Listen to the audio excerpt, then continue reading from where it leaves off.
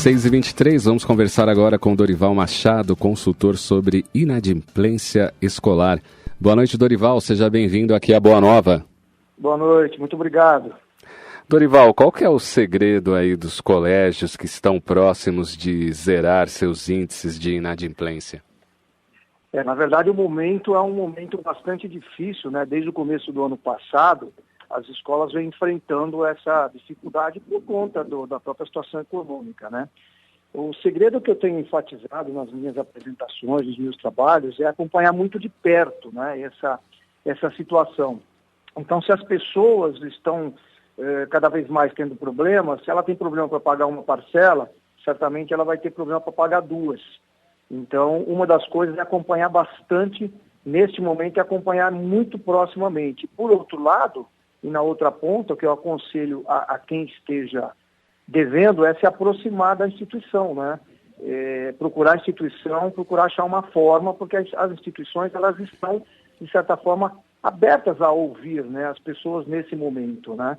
É um momento bastante difícil para todo mundo, para a instituição, porque ela depende do pagamento para sobreviver, né? Uma folha de pagamento de uma instituição consome 60% da sua receita, normalmente, né? Então, você vê que sobra 40% para impostos, para outras coisas, para outras despesas, investimento, enfim. Então, não é nada fácil, né, no momento. E para debater as melhores práticas para esta gestão, você vai realizar aí um webinar gratuito, é isso? Isso, no dia 28, às 15 horas, a gente vai estar falando, um trabalho nosso em parceria com a Clesap e a DNC3, que é a nossa empresa, gratuito, né? Para quem quiser, é só se inscrever no próprio site da clesap.com.br.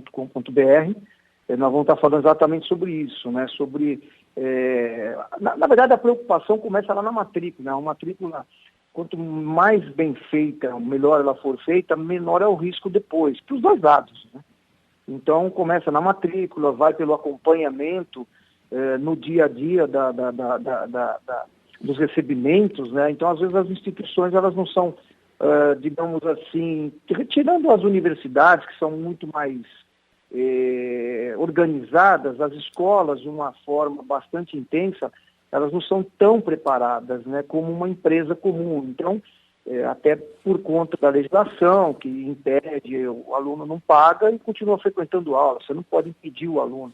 Então, ela tem que ficar muito próxima disso, ela não pode deixar que isso vá avançando, né? Por isso que o meu primeiro conselho é sempre a aproximação dos dois lados. A escola não deixar a coisa se avolumar, né? Está aberta para negociar. E para o lado do devedor, digamos assim, do pai, do aluno, também não ficar deixando a coisa caminhar, né? Porque muitas vezes só vai aumentar, né? Só vai dificultar a situação. Mas o que eu costumo dizer é que a palavra de ordem hoje é negociar, né?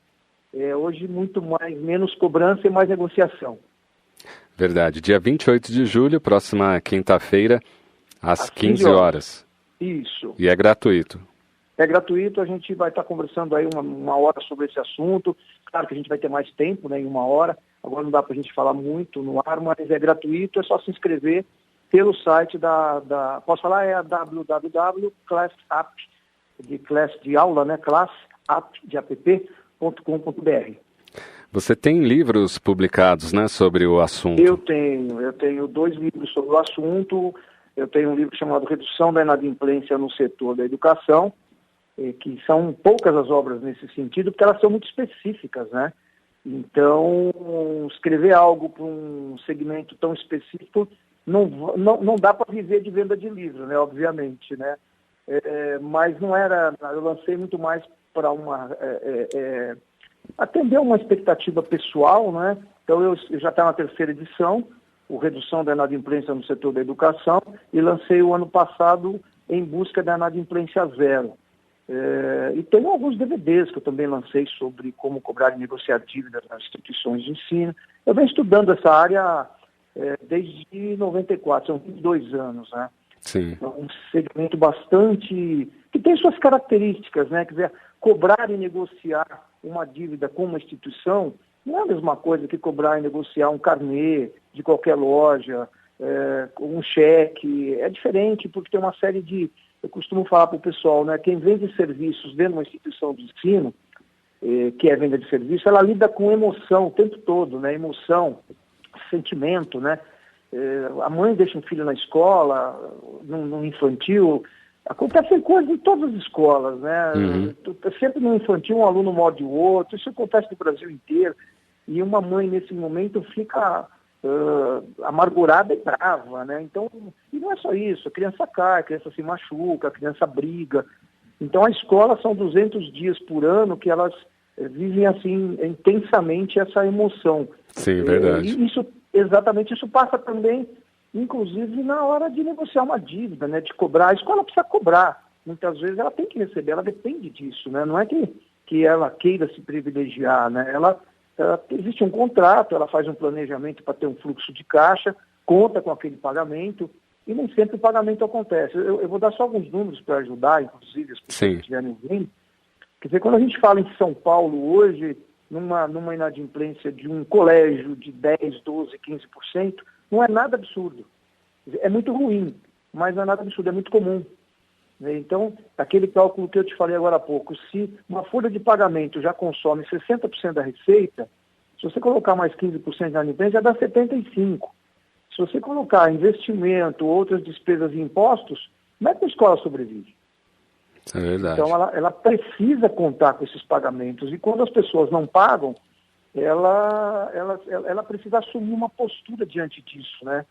E eu costumo dizer que são 4, né? Ou ela é uma postura de aceitação, né? Ela assume que as coisas estão ruins, que muita gente está desempregada, que realmente a economia está muito ruim, enfim. E ela, por conta disso, deixa de ser, digamos assim, de cobrar mais próximo, de ficar mais em cima dessa dívida, né? Uma outra postura é de subserviência, né? O pai do aluno passa, digamos, o ano inteiro sem pagar, que isso é perfeitamente possível e até normal, ruim, mas normal, e aí no final do ano ele chega e paga tudo de uma vez.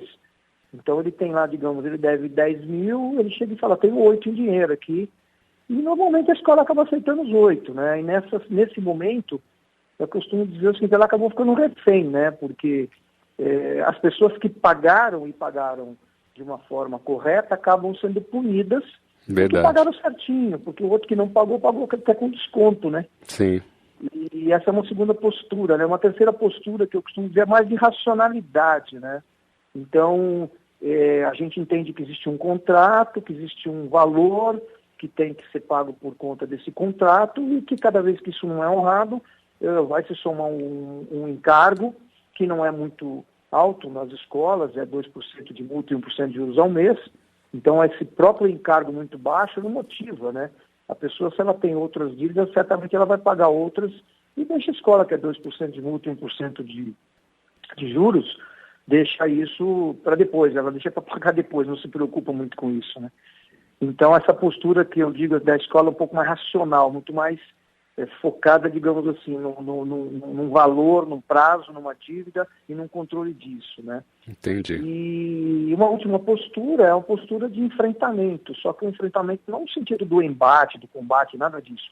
É de entender que existe uma inadimplência e que existe uma situação, mas que tem que ser resolvida. Então ela não pode ficar negando isso. Ela tem que se estruturar de uma forma, ter as suas políticas claramente definidas, ter as pessoas capacitadas para fazer uma negociação, para se colocar no ponto de vista, muitas vezes, de quem está devendo, para tentar achar uma alternativa que seja boa para os dois lados. Esse tipo de postura que eu chamo de...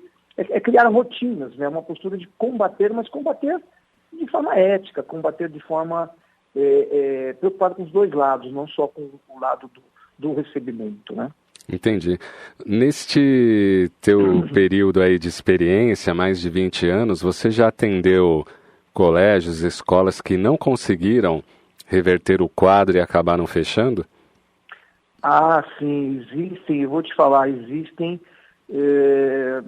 Bom, eu não saberia te dizer números, mas eu já atendi, participei, dei consultoria para algumas escolas, escolas com um caso especificamente, que eu vou falar agora, a escola tinha 38 anos de vida, né? Quer dizer, 38 anos não é uma escola iniciante. Porém, ela se enquadrava nesse aspecto da aceitação, da subserviência, né? Sim. E eu trabalhei para eles e disse para eles, olha, vocês têm que fazer de tudo para ajudar as pessoas a pagar e fazer de tudo para receber, né? Você tem que trabalhar pensando que você precisa existir, você não pode... mas você sabe, a situação é difícil para todo mundo, a gente vê as pessoas estão com problemas, eu sei que estão. E se vocês resolverem o problema delas, você não vão resolver o seu. Né? Então, a gente tem que compatibilizar. E aí deu uma série de recomendações, enfim, até entreguei um relatório de consultoria. E aí passaram-se alguns meses, não lembro exatamente quanto tempo depois, eu fiquei sabendo que essa escola tinha realmente fechado. Né? E você imagina, tem escola com 25%, 30%. Então, você imagina uma situação de 100 alunos, 30 alunos não pagaram, sobraram 70, mas você tem uma folha de pagamento. Muita consome, coisa. como eu já te falei. Então é muita coisa. O que eu costumo dizer é que as escolas, que existem alguns complicadores, por exemplo, como a legislação, que ela, nesse momento, ela acaba privilegiando as pessoas que não pagam, ela impede que o serviço seja prestado. Mas, por outro lado, para mim, o que existe são, assim, dificuldades gerenciais. Né? São dificuldades de gerenciamento mesmo, posturas de ação. Porque eu tenho um encontro... É que as escolas têm uma característica, muitas delas elas são...